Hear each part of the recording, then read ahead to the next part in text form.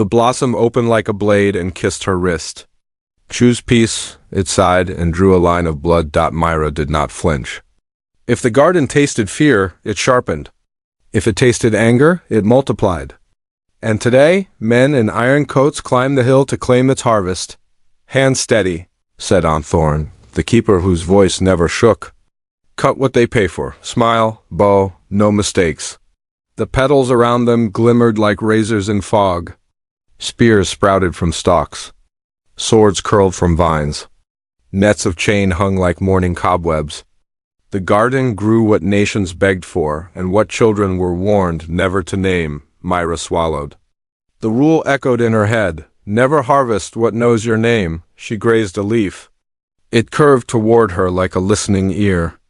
"I am not yours," she whispered. The leaf kept whispering back, a hush of steel on steel, hooves, boots, laughter. The warlord's banner crested the ridge. Men poured through the gate with careful smiles. They walked like wolves that had eaten. "Keeper Thorn," the warlord called. "Our treaty holds. We pay, you cut. Our enemies learn manners." His eyes slid to Myra. "New hands." "Steady hands," Aunt Thorn said. Her cane clicked once. "Pay, and you leave with arms enough to end your quarrel by winter." Myra's ribs tightened. "End your quarrel." She knew how that always ended. They led the buyers along the rows. The flowers leaned away from the soldiers and toward her. They brushed her sleeve. They breathed warm air like sighs against her skin. "Choose peace," they repeated. So soft she thought she had imagined it the first time. A boy stepped from the warlord's shadow. Helmet under his arm. Scar along his jaw. His gaze hooked her. Her breath went cold. Jalen. Her brother. Missing 2 years? Dead by rumor. Alive by mistake. His mouth parted. Not a smile. Something like apology strangled before it reached his eyes. "Myra," he said, too low for the others. "You shouldn't be here. Neither should you." Aunt Thorn tapped her cane again.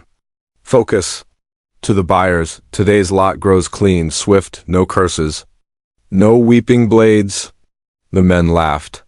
They did not see the way the lila angled when Myra passed, how their edges trembled with attention.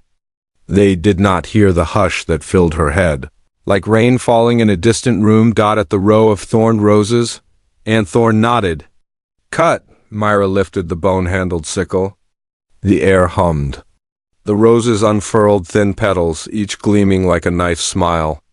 The memory of the rule burned through her fingers. "Never harvest what knows your name. Choose peace," the roses whispered, clear as speech now. "We will be different." Her heart stuttered. "Different how?" "Myra," Aunt Thorn said. Now, steel boots scuffed behind them. The warlord's men were impatient. Jalen's hand brushed his sword. He shook his head once, pleading, emotion so small it hurt. Myra bent.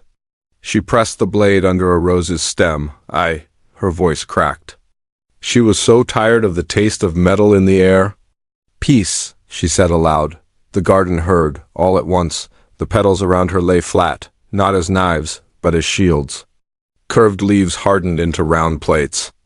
The nets of chain drew tight and then wove themselves thicker, links closing like held hands. The spear buds unraveled into staff-length poles with blunt, shining caps. Numbing silence fell. Aunt Thorn's eyes widened.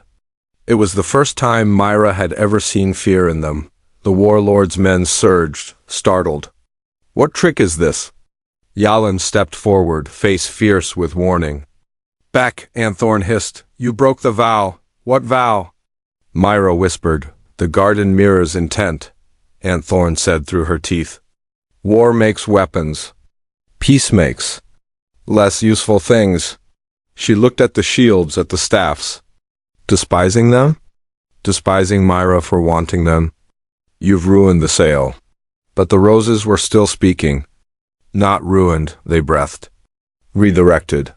The warlord snapped his fingers. Torches lifted. Oil sloshed. "If your garden will not give, it will burn." Jalen didn't move? He stared at Myra like a man staring down a cliff he once fell from. "They told me to burn it," he said. I thought you were gone. I thought there was no one left here who remembered. Aunt Thorn raised her cane. We do not remember. We obey. The torches flew. Myra lunged. The shields rose before her, leaping from stalks, locking together into a wall. Fire hit and crawled and failed, sliding off like water. The garden's hum deepened. Roots shifted underfoot. Vines coiled around ankles. Staffs swung from their stems like hammers on ropes, striking hands, cracking knuckles. Men shouted. The air filled with sap and smoke. Choose peace, the garden urged again. Choose fully. Fully, Myra understood suddenly. Peace was not weakness. Peace could strike. Peace could hold the line. Peace could break a sword story in half. Yalin fought free of the vines and reached her. Listen, he said. 2 years ago I took their coin. I marched with them. I believed their oath. Then I saw what your flowers do to men who hate. They don't just arm them. They drink them. He touched the rose wall, shuddered. The garden wants a keeper who will starve it. Myra stared. Starve it? Aunt Thorn's cane crashed into Jalin's knee. He dropped. Her voice was razor calm. Legends lie. The garden is honest. It gives what is asked. The fault is human. Myra felt something coil under her palm like a living heartbeat. It wasn't the rose. It was beneath it. A seed the size of a fist pressed up through the soil, pearly, wet, alive. It pulsed in time with her pulse. The garden had heard her again. It had grown something else. The seed split, revealing a small disk like a mirror. But the mirror did not show faces. It showed choices, hers, a dozen versions. In each one she cut blades and sent them away. In each one Yolin burned. In each one Aunt Thorn smiled. Only one path showed shields and staffs and a city still standing beyond winter. Myra. Jalin's breath hitched. Take it. Aunt Thorn slashed the air. Vines tightened around Myra's wrists. The old woman's eyes shone with grief and fury. Do not pick what knows you. It will bind to blood. To yours. The garden waited. The warlord screamed orders. Fire roared again. The mirror in the seed cooled beneath ash. Myra's throat hurt. The flowers whispered in wind and smoke. Choose peace. Choose fully. Choose us. She closed her hand around the disc. It stung like ice.